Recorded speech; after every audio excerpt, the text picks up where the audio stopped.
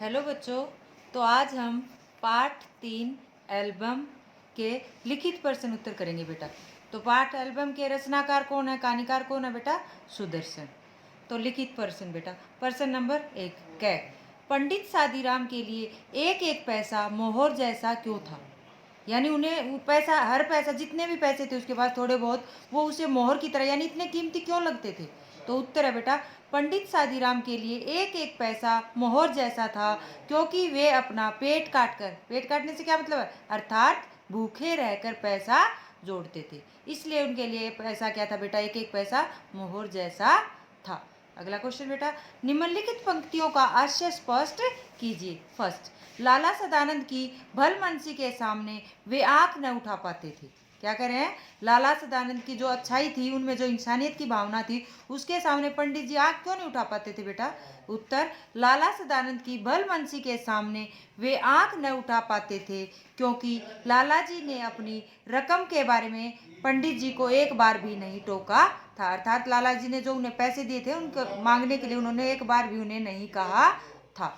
अगला बेटा सेकंड, घोर निराशा ने सभी द्वार बंद कर दिए थे। यानी वो दुखी थे, कौन? पंडित जी, कि कहीं से भी पैसा नहीं आ रहा। तो क्या कह रहे हैं? घोर निराशा ने, यानी बहुत निराशा ने सभी द्वार, यानी पैसे मिलने के सारे द्वार क्या कर दिए थे बेटा? बंद कर दिए थे। तो इसका आशय क्या होगा? उत्तर, पंडित सादीराम को लग रहा था कि उसे कहीं से पैसा प्राप्त नहीं हो सकता। धन कमाने के सारे रास्ते बंद हो गए थे, अर्थात कहीं से भी पैसे की उम्मीद नहीं थी। इसलिए उसे क्या लग रहा था? मानो घोर निराशा ने उसके सभी द्वार बंद कर दिए हों पैसा प्राप्त करने वाले। ठीक है।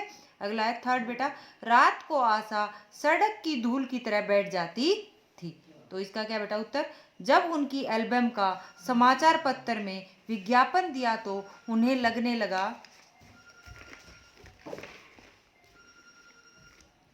कि अब उन्हें पैसे मिल जाएंगे। किसको लगा बेटा? पंडित जी को, क्योंकि लाला जी ने क्या कहा था कि आप ये चित्र निकालिए और इनसे एक एल्बम बनाइए, उसको उसका क्या देंगे? विज्ञापन। तब उन्होंने विज्ञापन दिया तो पंडित जी को क्या लगने लगा कि अब उन्हें कहीं से कुछ पैसे मिल जाएंगे। परंतु बहुत दिनों तक कोई चिट्ठी यानी कोई भी पत्र नहीं आया, तो रात को आशा सड़क की धूल की तरह बैठ जाती थी। अर्थात रात को उसकी सारी उम्मीदें क्या हो जाती थी बेटा? खत्म हो जाती थी। उन्हें लगने लगता था कि अब उन्हें कहीं से पैसा प्राप्त नहीं होगा।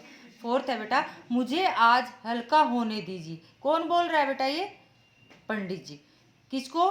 लाला सदानंद को। क्यों? क्योंकि वो उन्हें पैसे देने गए। तो देखिए उत्तर, जब पंडित जी लाला सदानंद को उनके पैसे देने गए तो वे मना कर रहे थे। कौन मना कर रहे थे? लाला जी की मुझे पैसे नहीं चाहिए।